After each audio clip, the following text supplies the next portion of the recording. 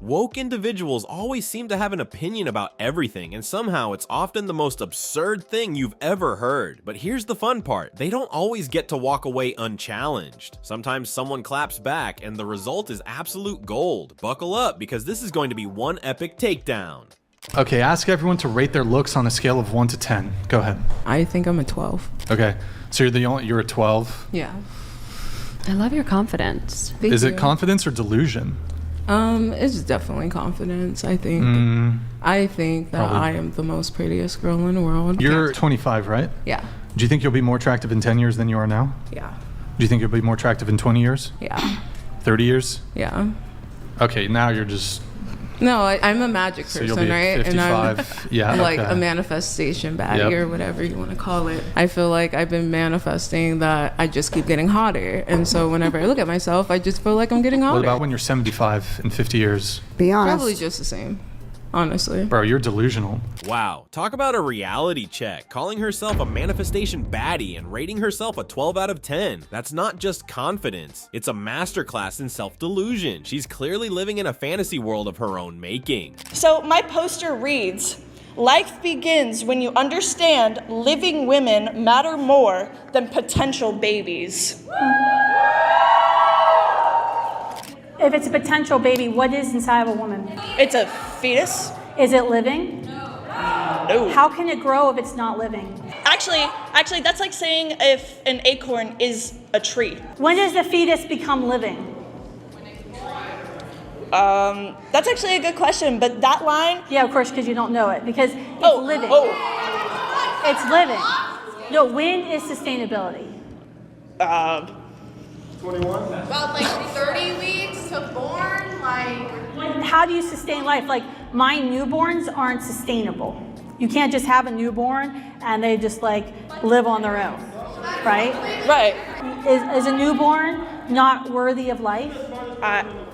Is a newborn not worthy of life? She actually compared a fetus to an acorn, but couldn't explain why it's growing if it's not alive. Talk about a logic fail. Her argument crumbled faster than the woke agenda itself. If I want to abort it, I'm gonna do that. Yeah, so if I don't want to own a slave, but you want to own a slave, am I supposed to just sit around and say that's okay? Do not sit here in front of a microphone and compare owning a slave to me, you white fucking bitch. You have no idea to sit here and say this to me. What you're arguing is that that child doesn't have the same right to life as his or her mother. Because you have decided, and what you said during your comments, was that if I got pregnant and chose not to have an abortion, I can do that. But you can choose to have abortion because the mother gets to decide the value of that person. That's exactly what happened in pre-Civil War America. You could choose to assign value to Black Americans depending on what you felt like. You could say, oh, I am against slavery because I know these people are human beings that have value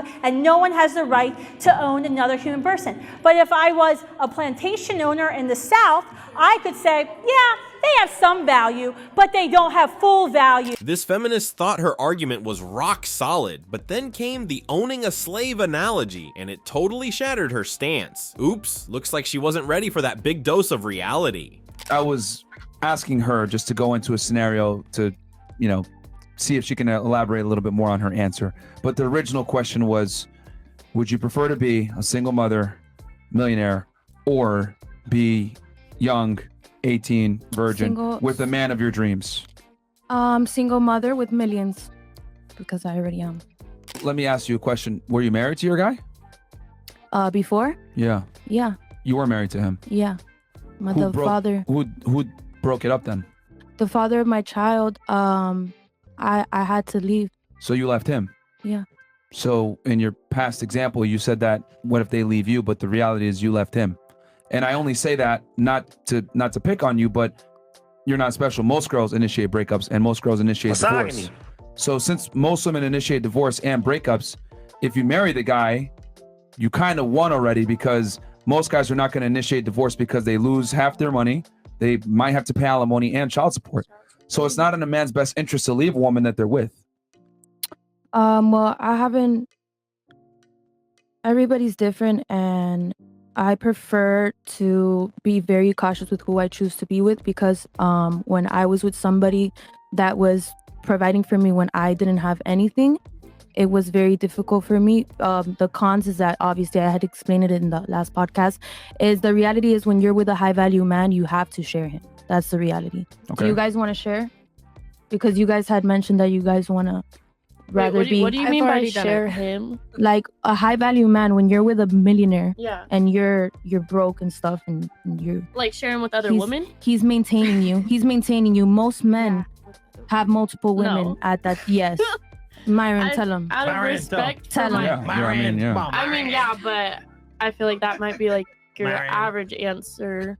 But I feel like I wouldn't do that because I respect myself enough. Like, why? Yeah, but when you're with a man that's a millionaire and he's maintaining you and you have no other choice. But then that's like not even love or well, then you're relationship. double thinking it. So you rather be a single mother with millions. So you're a single mom millionaire. Do you think you have the leverage to tell a guy that also has money that he has to be monogamous to you when you have a child? Can you repeat that? Okay. You are a millionaire. Mhm. Let's say you meet a guy that's also a millionaire or a multimillionaire. Okay. Probably knowing you, he has to be a multimillionaire. He's attractive, etc. Other women want him. Do you think you can tell him he must be monogamous to you when you also have money and you have a kid, which actually hurts you as a woman? I gotta step out. Okay. All right. Let's take a Chris. Nah, it's not, but that ass is not even funny. Cause y'all don't know, like for real, it's not even funny. This single mom loves flaunting her millions, but the irony is hard to miss. Newsflash, having a big bank account doesn't justify demanding monogamy when you're knowingly part of a full-blown harem. Looks like someone needs a serious dose of reality. How would you define a woman? Because you've asked other people up here to define how we would define a woman. How would you define a woman, Mr. Walsh? An adult human female.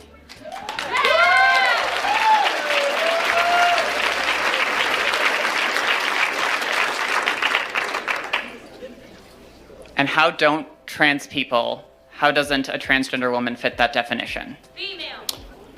Because they're not female. They have.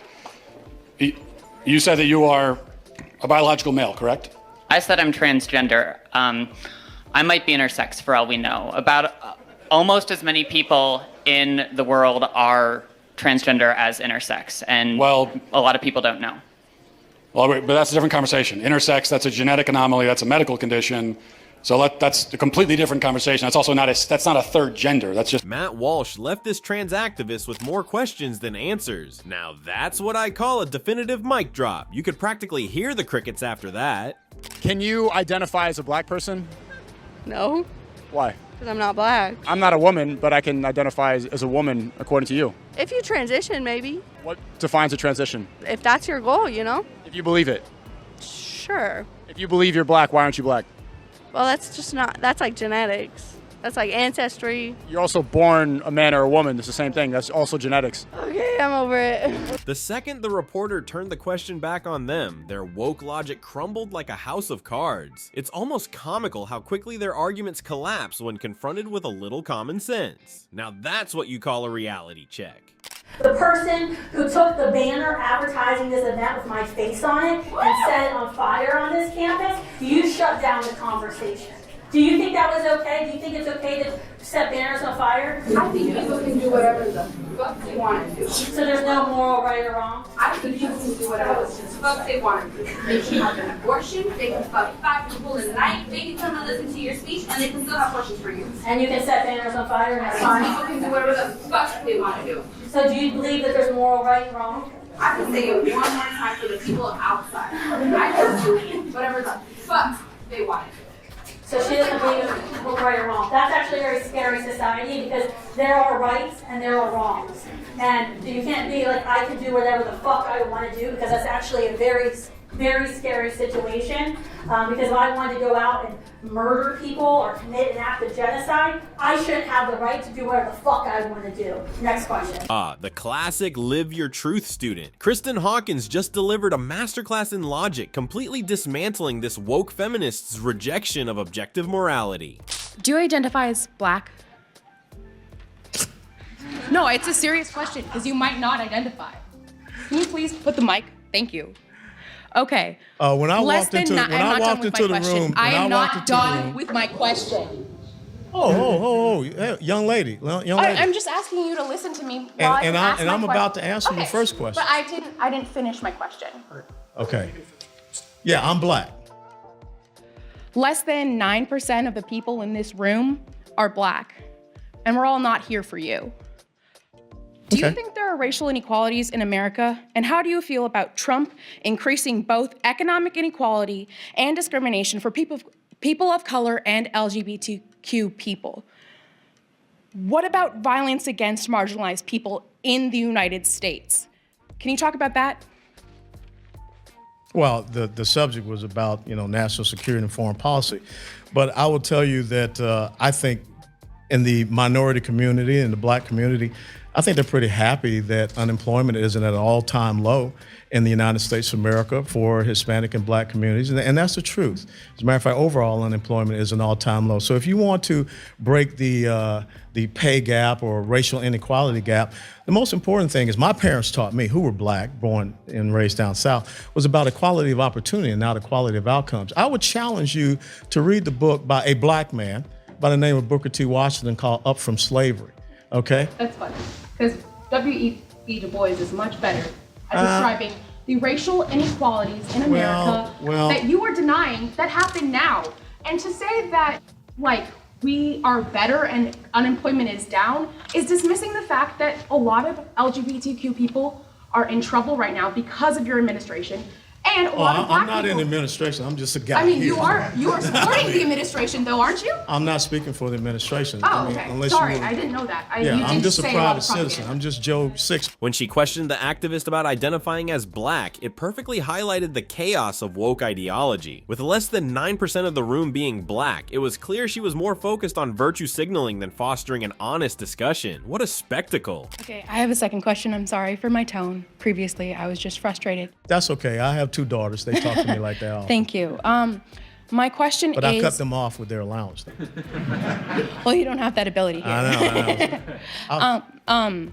My question is about national security, because I do feel like the KKK and white nationalists are threats to black individuals in the United States. There have been multiple shootings recently within the last 10 years, and there have been an increase of violence against black people. And I wanted to know if you think that that's a national security issue and how you would address that. Yeah, I think it's a national security issue right here in the south side of Chicago, where you have a combat zone going on, and Rahm Emanuel and everyone just seems to not care, or as well as in Baltimore or other places. And that's black on black crime. That's not KKK or whatever. What about white on black crime? I'm sorry, but that's what I was asking. Okay, well then, have you ever heard of Margaret Sanger? You can't just give one example for Well, Margaret Sanger and the organization that she founded since 1973, almost 17 million unborn black babies have been murdered by that organization. I think that's something that we should really be concerned about. The fact that the United States government gives $568.7 million to an organization that was founded by a white supremacist, a racist, a person that spoke at Klan rallies, that referred to blacks as undesirables and weeds, I would join forces with you in a heartbeat to say that we need to cut off funding to an organization like that called Planned Parenthood. Well, I don't think we give taxpayer money to the Ku Klux Klan. It's a terrorist organization that has not been targeted by the FBI. Well, yeah, they have. The FBI goes after white supremacist organizations, but then I would ask you, why is it that nobody goes after Antifa? I mean, I think Antifa is also a domestic terrorist organization. I mean, look at what they have done at certain colleges and universities to prevent people from going out there and freely speaking. So let's call a ball and a strike. And so there are many organizations out there that we need to be targeting. But I will tell you, first and foremost, we shouldn't give $568.7 million to an organization like that. And if you do some research, I think between 50 to 55% of Planned Parenthood clinics are in black communities. That's a travesty. She tried to divert the conversation to the KK and violence, but instead of taking the bait, he hit back with hard-hitting points about black on black crime and the cracks in her ideology. Ouch, this wokey clearly wasn't prepared for a dose of reality.